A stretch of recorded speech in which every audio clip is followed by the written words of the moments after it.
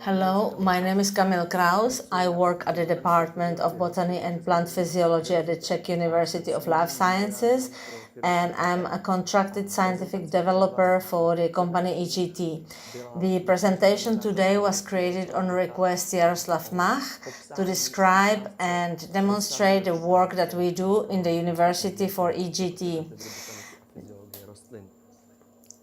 During the first part of the presentation, I would like to introduce you to the general concept of stress and stress response, because in order to study stress at all and deal with how plants respond to stress caused by drought, frost, or salinity, it is the same at the end. What type of stress it is usually similar. We need to understand what stress is. For this occasion, I have prepared a concept according to Mr. Lewitt, who perceives stress as a physical quantity. This means that the more force or pressure we exert on the plant, the greater will be its response. According to this, we can observe the level of stress and quantify it as a 0, which is a value when the plant is not stressed, it's in absolute physiological well-being, or as a slight load where the rope is stretched proportionally to the load created. Then there is the second level, when we observe some more dramatic stress response because the stress is great, the rope is stretched and tense. And then there is value number 3, when the stress is too high, the stress level for the plant is exceeded, and it is usually lethal. Or sometimes the plant can even recover from it, but usually there is a significant reduction in the quality or a delay in the growth of the plant. Then there are 3 types of resistance to stress. Either it is stress avoidance. This is when the plant is resistant to stress. That is mainly due to the work with genetics. Then we have another situation in which we actually strengthen the rope to a level where the plant resists stress and is able to withstand these adverse conditions and then to regenerate and function normally. Then there is a stress-tolerant plant, which is the one growing there naturally for a long time, and it is used to the stress, somehow survives it, and it's able to regenerate. Consequently, when we understand what types of stress there are, then another variation is created. In this case, it is a stress model where we can see that not every stress has to have a negative effect, but neither positive, and that it gives us different combinations. Based on this, we try to find active substances and treatments to benefit the plant and help it prosper. Then there are some basic problems. We know that in the beginning of stress exposure, the first thing, the plant will stop cell growth. Therefore, there are dramatic intensive changes that slow it down and reduce its speed and vitality, and in consequence, if this lasts a long time, induce a lethal state when the plant is unable to grow further and dies.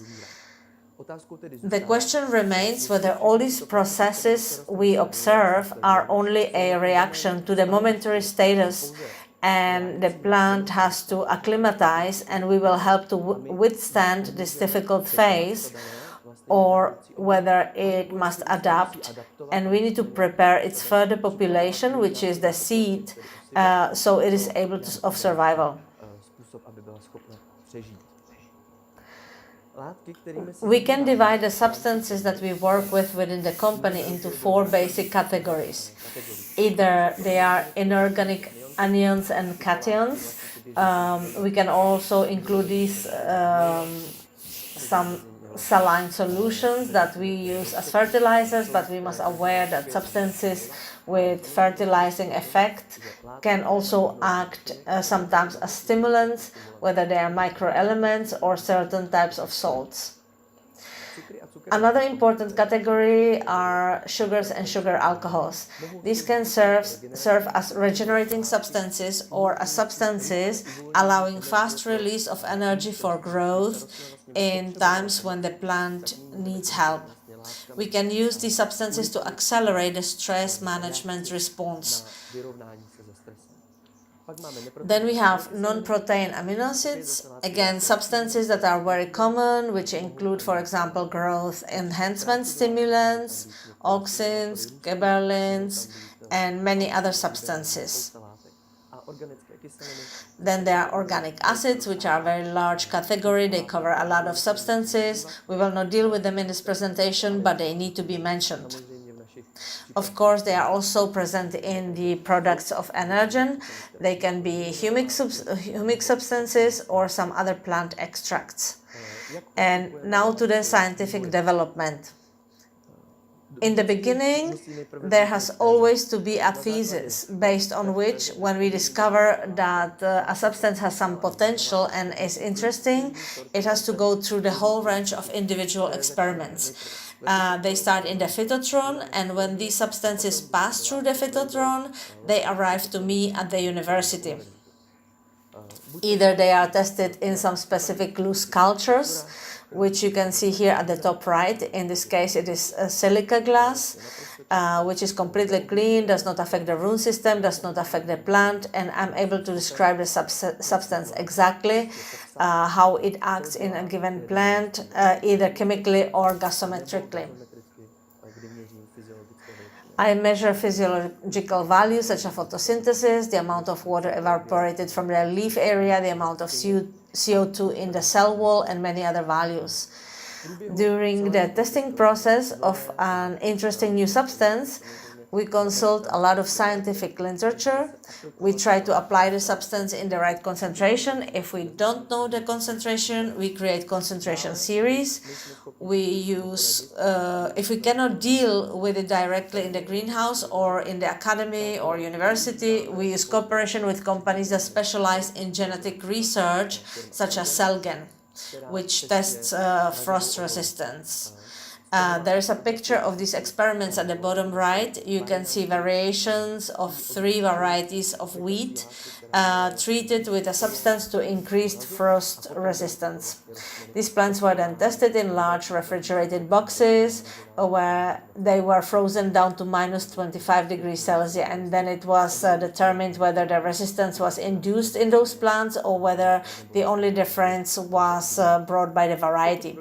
When we go through all these directed tests in the laboratory, where we can control the condition of the plant, the substrate, and the surrounding climate, then we move on to field experiments, from which you can see a picture top left, where there were sown different varieties of wheat and then measured in combination of different treatments. And then again, we start measuring different values in the field, whether it's the density of the vegetation. Here are photos from the device SunScan that measures the amount of light that falls on the soil. So we know how much light is above the vegetation, how much below, and from that we know the total leaf area.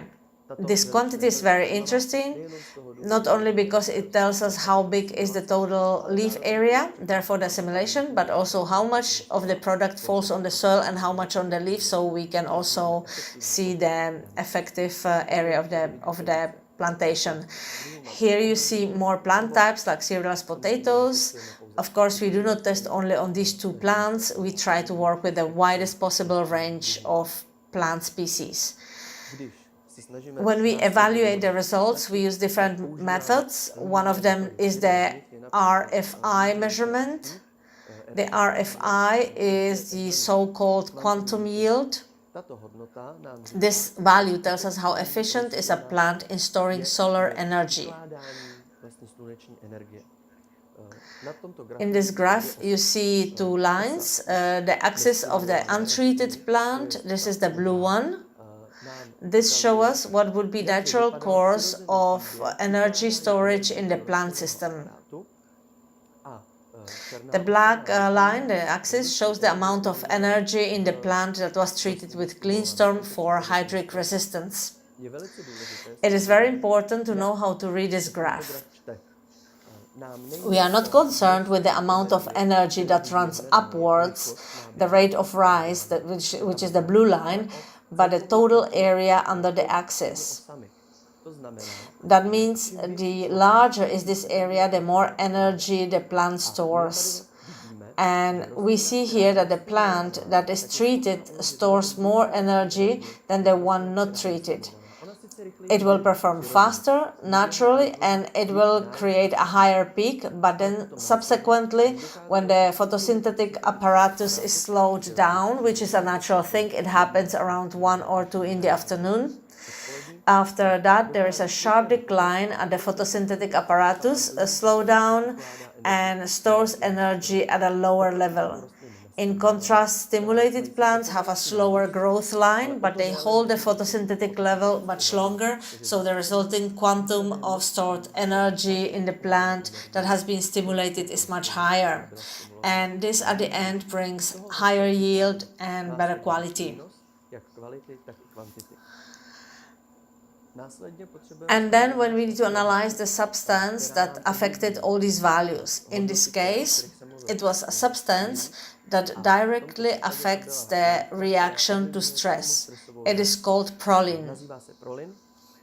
On the picture, you can see it as the red substance in the test tube. When we treated plants with clean storm, we measured an amazing value. There was a 300% increase of proline contact in the cell liquid compared to the control group. It is important to realize that this is compared to the control group because each type of plant, this value would be different.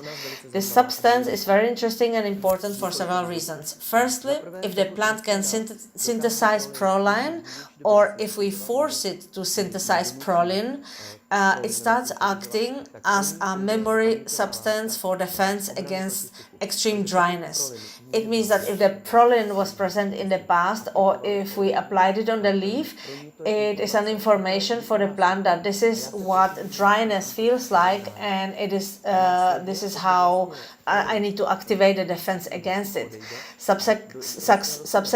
Subsequently, when the dryness goes away and the plant gets water, the proline molecule breaks down and a large amount of energy-rich substances are released, which then the plant can use to repair the dryness damage. The plant repairs the damage, it regenerates, and it's able to catch up the time loss compared to the control group. If the proline is present in a given plant organism, it has an anti-stress effect. How does it work? Proline thickens the cellular content, thus increasing the ability of the plant to extract water from the soil profile. The higher is the content of proline, the greater is the ability of the plant to extract water from the soil profile. So to sum it up, there is a substance that gives the plant the information about how to recognize dryness and how to defend itself against it. At the same time, it helps to regenerate the plant, and its presence in the plant creates a direct anti-stress effect. This means that it increases the ability to extract water from the soil profile and also the management of water regime within the plant, but we will talk about it later. I would like to talk about the reaction of the plants where we applied clean storm. In these plants, there was induced an increase of 300% of proline. You can see it in the set of tubes on the right, colored in red. On the left, we see white test tubes with the same analyte, but there is no proline, so there is no color. There was an interesting thing. Plants that were not treated with clean storm didn't have proline in them, but physiologically, if I evaluated them only visually, I would say that they are already suffering from drought, from dryness. There was wilting of the leaves, reduction of water content, reduction of photosynthesis.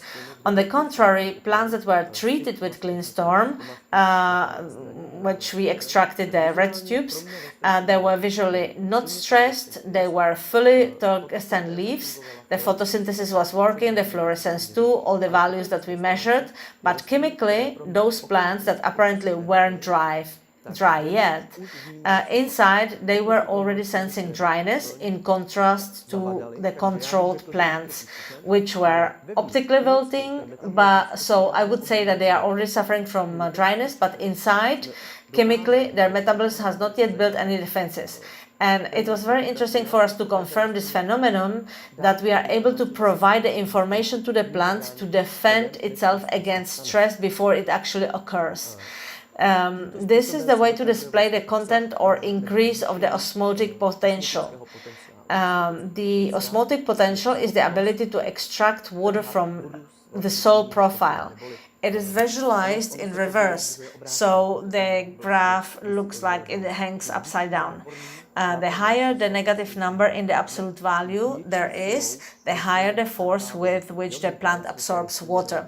You could say that there is a negative pressure created. Here are some columns. The blue columns are control plants, which were in moisture well-being all the time. Then there are orange columns. These are plants that were stressed by dryness, but they were not treated by the biostimulant. And then there are green columns. There are plants that were again exposed to hydric stress, but they were treated by a biostimulant. In this case, it was again clean storm. The interesting thing here was that if we treat the plant, we see that the stimulated plant is able to create a greater osmotic potential. It means it draws water from the soil profile with bigger force compared to the untreated plant. Of course, when a plant gets dry, it always increases its osmotic potential because at the end there will always be a certain content of proline, but it won't be higher than in the plant that was prepared for the stress. And in the fourth sample, this is after rehydration. The result is very interesting. The plants that were stimulated retained a higher osmotic potential, which means that the plant was no longer under hydric stress. It retains a higher osmotic potential. This is that if there is another drought, the plant will immediately take in water with greater force. It will pull water from the soil profile and it will resist the drought for longer than a plant that was not treated, which won't have strength to do it. It won't have enough negative pressure. For a plant to have, to have water in its tissue, it's not only that the plant should intake the water, but it must also manage it, which is very important, because if the plant is stressed and it absorbs water, that is the red graph, in the beginning it will evaporate water very inefficiently. It is to cool the leaf area. On the contrary, if the plant is treated with biostimulant, that's the blue line, it closes its pores and starts saving water, because it is better for the plant physiologically to have moist tissues that retain water, and the plant is still able to do photosynthesis and to synthesize substances which will help her cope with that stress. When you look at the red graph, you will see that the plant is stressed, it starts to evaporate, then the water runs out, and there is a sharp drop in the evaporation from the leaf area, but not because it closed the vents, it is because there is no longer the water there. In contrast, the plant that was treated maintains a photosynthetic and transpiration coefficient, which is lower and slowly decreases, so photosynthesis decreases, but then subsequently, when the water comes, it returns to the standard, in which uses water very efficiently and copes with the stress much better. This information is confirmed by the other part of the graph, where we have changes in the rate of transpiration.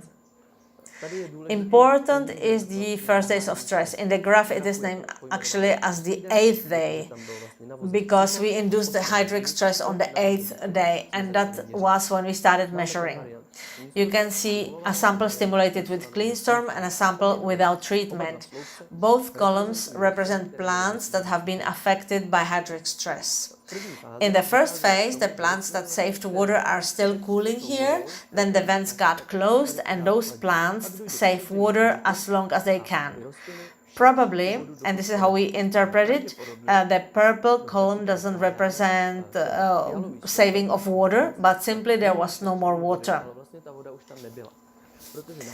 After rehydration, there's an enormous increase in the treated plant. This is the red bar. In the evaporation of water from the leaf, which means that the plant was not dry, but it saved and stored the water, and then when it started absorbing water into the roots again, it could start evaporating it efficiently. In contrast, a variant that was stressed without stimulation has extensive damage, meaning dried root tips, disrupted vascular joints, and it does not have the apparatus that would be able to conduct water from the root system into the leaf area, effectively evaporate, and therefore regenerate. On the day 42, this is another sample after 10 days to find out if the tendency is repeating or changing, so that we have control that the theory that we are trying to confirm here is true. These graphs always need to be shown together. Very often it happens to companies or to scientists that they show either the E, that is transpiration, or A, which is photosynthesis, separately. These two events are linked together. It is impossible to describe transpiration without photosynthesis and photosynthesis without transpiration, because one doesn't work without the other. I would like to mention here the third sample, the sixth, and the eighth. In the third sample, which was very interesting, we applied clean storm on plants of corn. We can monitor here the development and response of the plant to stress caused by lack of water. Most of the plants that were stressed and not stimulated, as we said in the previous graphs, had enormous increase of transpiration. In this case, it is the green bar in the third sample.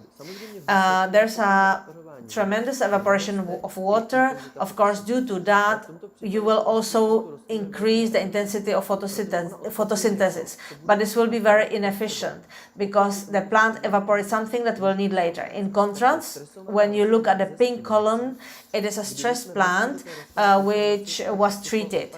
We introduced into the plant the information that this is how the hydric stress feels like and that it should resist it. So there won't be an extreme increase of evaporation. There will be some, but it's not so high that it will be a problem for the plant. When we looked at the sixth sample, this is the course. This is the course of the process. In the control group, the blue bar, we see stable photosynthesis. Then there is the green column, where we still observe inefficient evaporation of water.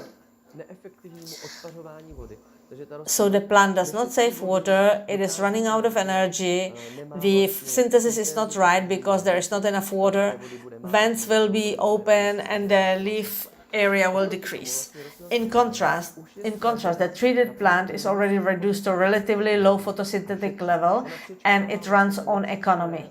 It survives a bad period in some vegetative rest, waiting for water. Then comes water. This is the 8th sample, where you can see that the variant that has been all this time in the vegetative phase, this is the pink bar, the stress with stimulation, there will be an increase in photosynthesis and transpiration over the original variant, which when evaluated before synthesized much more than the control group and the stressed variant.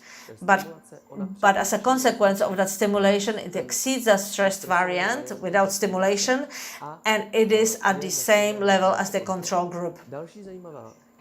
Another interesting conclusion from this experiment was that plants that were in moisture well-being all the time, which is the orange column, had as a result of stimulation higher photosynthetic activity and transpiration than the control group. It means that stimulation is not suitable only for plants under stress, but also for all plants where we can help the plants to perform better and as a result to have better yield and quality.